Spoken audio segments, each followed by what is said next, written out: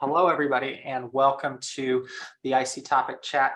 Today is September 29th, 2022, and we're being joined by Kathleen Dahl and Nina Sabarre, and they are going to talk about reflective practice through their practice of intention to impact. So we're very happy to have them here, and with that, I'm going to let Nina and Kathleen take it away. Thanks, Matt. Hi, everyone. So happy to be here today and seeing so many familiar faces and some new ones too. Great to see you all. So as Matt mentioned, Kathleen and I will be talking about reflective practice in our business. So I started Intention to Impact in October 2018. So it's almost our fourth birthday. Actually, our fourth birthday is on Sunday. And throughout the past 4 years, I've done a lot of reflective practice for I2I, and it's helped I2I evolve into several stages of business. In the beginning, it was just myself, and I was more or less independent freelance consulting. Some of you may be doing that too. And in the beginning, I was mostly working as a subcontractor for other firms. And in the process, I started integrating more and more reflective practice into my work to really identify what makes my independent practice different than others, or where do I want this independent practice to go? So in the beginning years, it was more reactive than proactive, and I was just kind of doing all the work and getting as much experience as I could. And over time, I started to stop and think, like, what are my goals here? Where do I want this practice to go? And develop some reflective practice, structured activities and unstructured activities, which we'll go over today, to help I2I grow to where it is today. And as Matt mentioned, 2 years into the business, Kathleen joined me, and we joined forces to grow I2I, and we have big dreams for where it's headed next. And so really happy to be on this journey with you all and share some of what we've learned along the way. Okay, so today's intentions, we'll share a little bit more about who we are and who I2I is as a company. We'll define reflective practice. Of course, as evaluators, we always have to start with a good definition.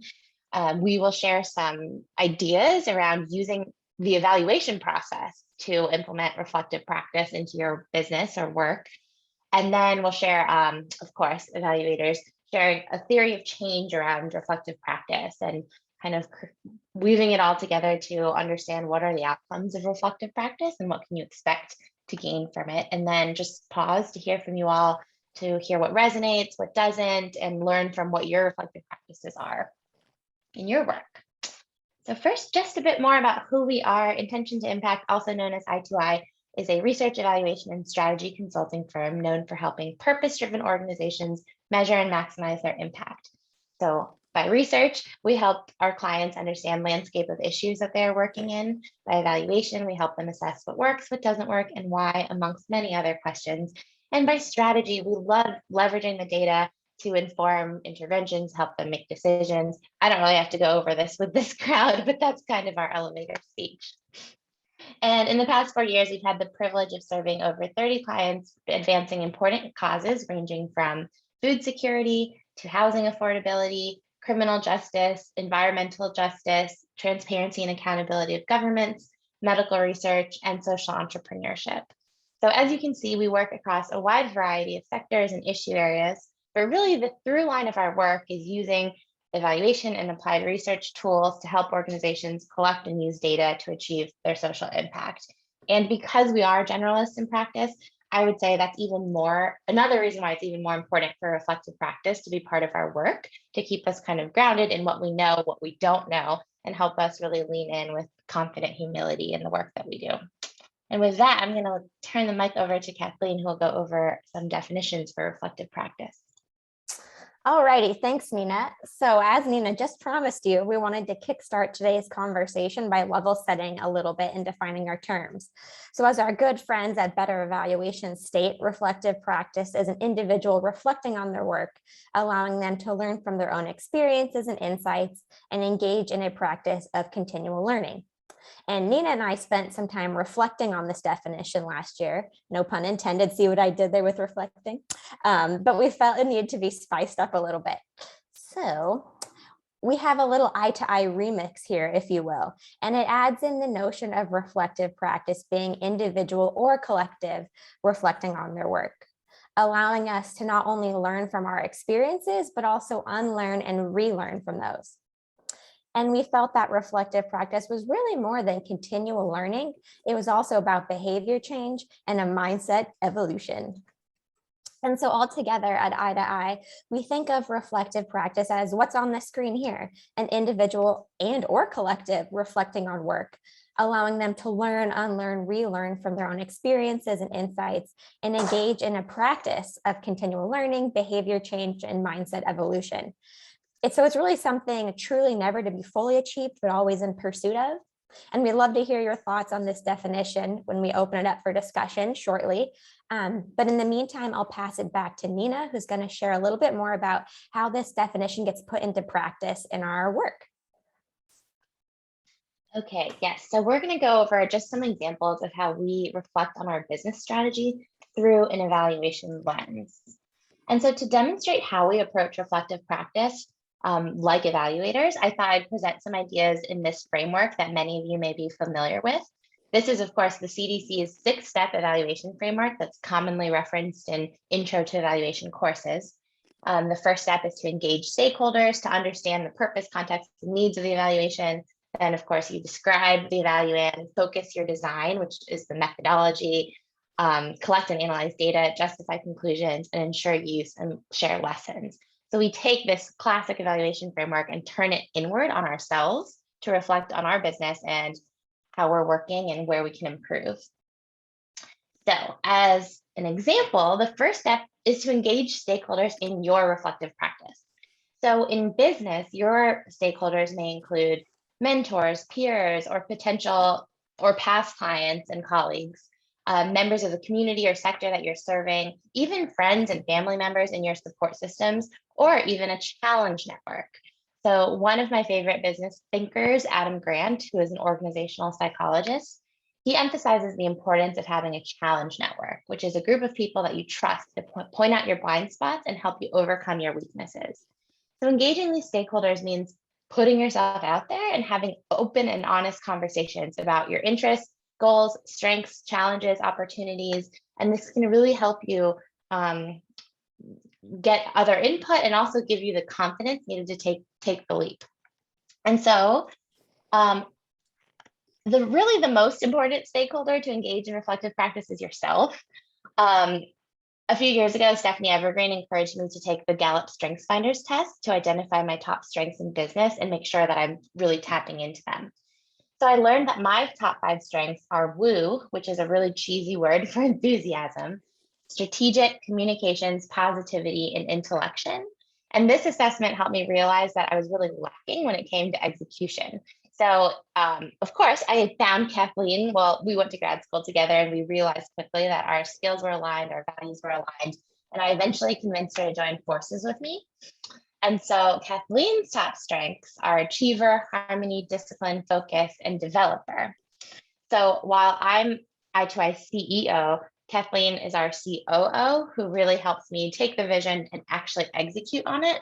So her top, she's really the yin to my yang, as I like to say. And if it wasn't for the deep self-reflection and this assessment, I would have never really identified my gaps and learned how to fill them. So assessments, self-assessments like that are a really good tool for reflective practice. And the second step of the CDC framework is to describe the evaluand. In this case, the evaluand for our reflective practice is our business. And this is where you can figure out your mission, vision, values, and company's DNA. And this is a term I coined to describe the distinct, natural, and authentic way that you work and deliver services. And so this requires some deep thinking about your target market, understanding their needs, and really setting up these mission, vision, values, and DNA to be the compass for your business. So it helps in planning for your business and really understanding who you are and why you're doing this work. The third step of the CDC framework is to focus your design. So of course, in our evaluation work, this is where you design your methodology. But in the case of business reflective practice, this involves developing a business strategy and plans to execute. So at I2I, we have a 5-year vision, annual plan, and quarterly goals. We also do biannual reviews of the main pillars of our business, which include products and services, marketing, business development, finances, and administration and operations. So for our business to really operate at full capacity, we need all 5 of these pillars to be working simultaneously. So every 6 months, we kind of revisit where we are at these 5 different areas. And here are a few resources that have really helped me figure out our business strategy. First is the book Traction by Gino Wickman. Thanks, Corey. I saw you're on this call, and Corey recommended this book to me. Second is the Changemakers Legion, which is a group coaching program and community run by Tamara Hamai, who was a previous leader of the ICTIG, and it's specifically created for evaluation consultants. Third is the online community course, Boost and Bloom, run by Stephanie Evergreen, who teaches legacy building entrepreneurs how to scale their practice. And then, of course, the ICTIG, which brought us all together today. And then the 5th one in the corner there, Disruptive CEO. That's another accelerator program that I was part of, specifically for female founders who are looking to accelerate their business. And what I really liked about that space is it wasn't for evaluators. It was all different types of business owners. And so sometimes I like kind of getting out of our little bubble and meeting new folks and having fresh perspective on how to think about business. Okay, so the 4th stage of the CD framework is to collect and analyze data. And it's really amazing how many evaluators do this for their clients, but not themselves. And there's many different types of data that you can collect and reflect on about your business. For example, some quantitative sources include budgets. You can track your actual budgets versus estimated, profit and loss statements, your company's balance sheet. And then there's time tracking. You can track billable versus non-billable hours to see how well you're using your time, where you're spending your energy. I like to use my calendar as not only a planning tool, but also a method of collecting data on how I actually spend my time. So I use it both proactively and reactively. And we also have some feedback mechanisms to collect data on our performance. So at the end of every project, we administer client and collaborator surveys that help us identify areas for improvement and whether or not we're living up to our values as we intend to. And when it comes to more qualitative data, we have regular reflection meetings to debrief on projects. And personally, I love journaling the highs and lows and just like reflecting on a regular basis. And then also we recently started working with an operations coach who has helped us do, he calls it dadding, document as you do, which is just a way to really capture the process as we go. So identify repeatable processes, develop standard operating procedures, cultivate institutional knowledge, because there's so much we do in our business that we don't realize is repeatable and can be systematized unless we document it and then can look back and tweak different practices or processes. So that's all about collecting and analyzing business data. The next step in the CDC framework is to justify conclusions. So after you've collected and analyzed data, you need to reserve the time and space for reflection. So this is all about reflective practice, and all of these different inputs that we've gone over today, whether it's engaging stakeholders, doing self-assessments, collecting data, you really need to have time to actually reflect and put some learnings into action. And so what we do is we revisit our business plan and quarterly goals regularly. We involve stakeholders in assessing the health of our business and directions for the future. And the final step in the CDC framework is to ensure use and share lessons learned. So when it comes to using the data and using the insights that you've reflected on, you can leverage your data to systematize parts of your business.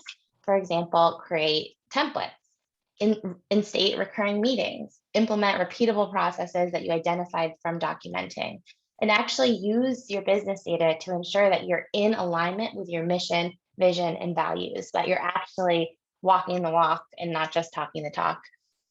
This can also help you validate or redefine your company DNA. Know that you can always set new goals. Your company can and should evolve as you do. And it's not always about scaling. For example, it just depends on the season of your life and where you're in and what your personal definitions of success looks like in that season. So just like we encourage our clients, it's about really defining your criteria of success, operationalizing it, and revisiting it when it no longer serves you. Go for it, Kathleen. All right, so what Nina just walked us through are a bunch of different examples, and we just kind of want to bring it all together now in a tidy little framework, as Nina mentioned earlier. So Nina really just walked us through a structured manner in which we approach reflective practice. And some other structured activities we engage in, and that Nina has kind of been alluding to, are these regular big picture reflections, the biannuals that Nina was talking about. In addition to that, we do weekly pulse checks with our core team, as well as across our distinct project teams. And as Nina said, we engage with these feedback loops with our clients, consultants, and ourselves in the forms of short surveys and then debrief sessions when we hit major project milestones. And then Nina and I also leverage a breathwork practice with Libby Smith, who I think a lot of you know. She's in the evaluation world, obviously. And then Nina's also highlighted some of those coaching experiences that we've engaged in. And of course, Nina alluded to this, but there are a lot of unstructured reflective practice activities we engage in. And these where things can kind of get more fun and creative, like celebrating successes of all sizes during meetings and via Slack. Obviously, we're big gratitude junkies, love to express gratitude early and often for ourselves, our clients, our teammates. Journaling, big thing that happens. Sometimes that gets shared out, most time it's private. And as well as consuming and sharing inspiring content on Slack and meetings, and just moving our bodies in general feels like a reflective practice, getting away from the computer, taking a walk outside. In fact, Nina was just telling me right before we hopped on this that she's doing a walk a day for the next 365 days. I think she's 7 days in. So, but yeah, that's definitely a way to reflect and get away from the work and take yourself out. And we would be remiss to also not mention some kind of resources that we feel are required for us to really engage in reflective practice. At I, we feel that reflective practice benefits from a whole litany of internal resources like trust, a willingness to be vulnerable, curiosity, awareness, purpose, energy, initiative, and empathy, just to name a few. I'm sure you all have more you could throw out there as well. And external resources are also needed to carve out the space to do this work. It's helpful if you have teams and communities that are willing to engage in this practice alongside you and keep you accountable. Enabling workplace environments that are rooted in a learning culture are also so vital to ensure this happens. And that's one thing we're really trying to build here at I. And of course, it takes time and other resources. It takes getting the right feedback at the right times.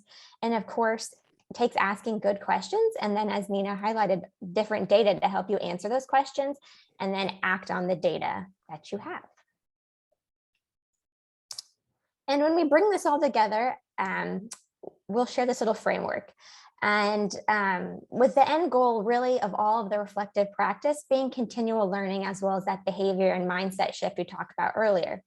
So we've discussed these internal and external resources at this point. We've offered some structured as well as unstructured activities that we engage in.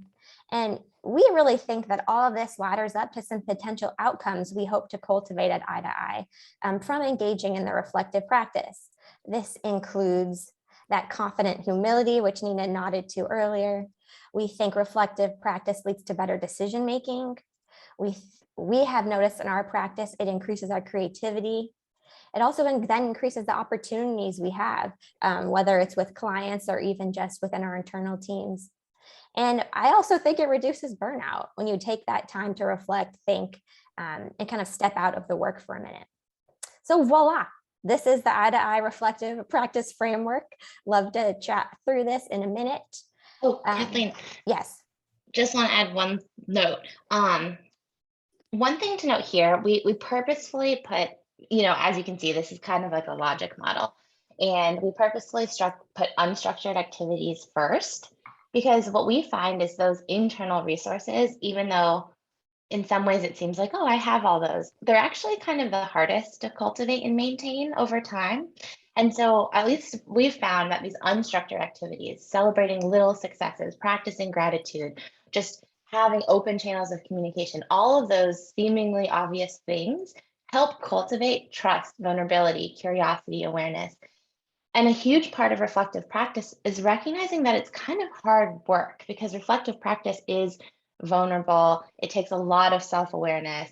And it takes a lot of these internal resources to be filled regularly. And so doing those unstructured things, even if there's seasons where you feel way too busy for it, finding time for yourself and for flow inducing activities and even comedy or inspiration, that can help with those internal resources, which then can help with the external resources, which then can help you actually do the structured activities. Because a lot of people say, well, I've heard from colleagues, how do you have time for these structured reflections? Or how do you have the motivation to do these things for your business when you're so busy with client work?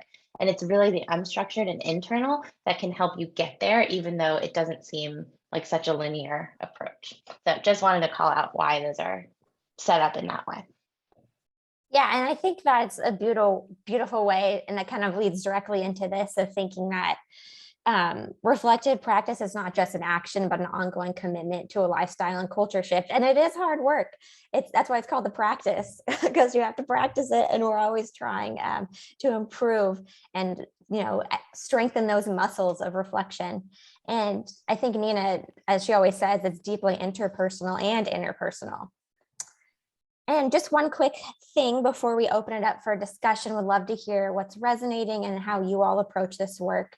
But it's important to acknowledge our privilege in this as well. And we are grateful at this space, this time in our business, to have this space and the mental bandwidth and resources to make time for these reflections.